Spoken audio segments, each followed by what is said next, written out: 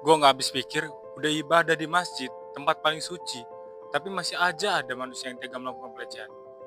Kejadian di Bandar Lampung ini bukan cuma soal kriminalitas, tapi soal rusaknya moral dan empati manusia zaman sekarang, bro. Bayangin, orang lagi sujud, lagi berdoa ke Tuhan, tapi justru diserang oleh manusia yang kehilangan nurani. Pertanyaannya, kenapa ini bisa terjadi di tengah masyarakat yang katanya religius? Apakah ini cuma soal keamanan, atau sebenarnya kita lagi hidup di era krisis kemanusiaan dan spiritualitas? Mari kita bahas satu persatu.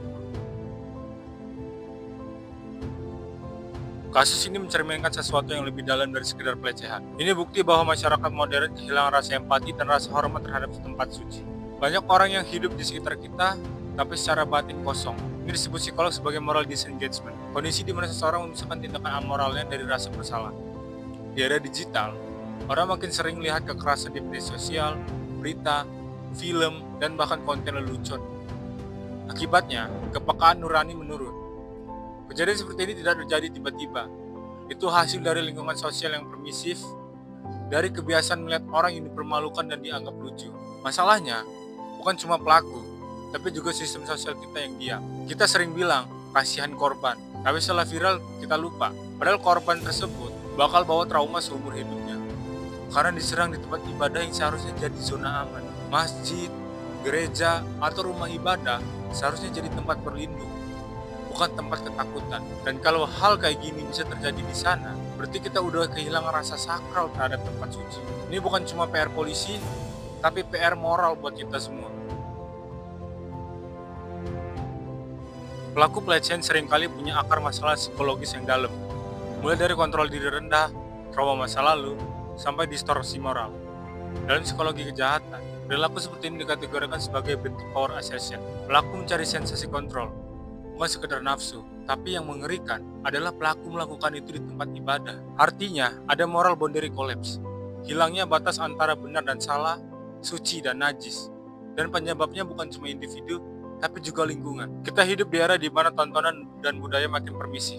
Kekerasan dianggap hiburan, pelecehan dijadikan candaan, dan rasa malu hilang. Menurut social learning teori Albert Bandura, seseorang bisa meniru perilaku amoral karena terbiasa melihat tanpa ada konsekuensi.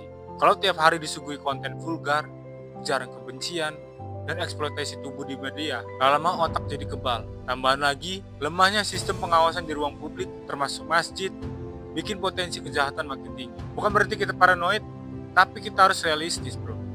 Kejahatan sekarang bisa terjadi di mana aja, bahkan di tempat paling aman. Dan inilah saatnya masyarakat, pengurus masjid, dan pemerintah bareng-bareng nyusun langkah nyata. Bukan cuma doa, tapi aksi perlindungan sosial. Ada yang salah dengan spiritualitas kita hari ini.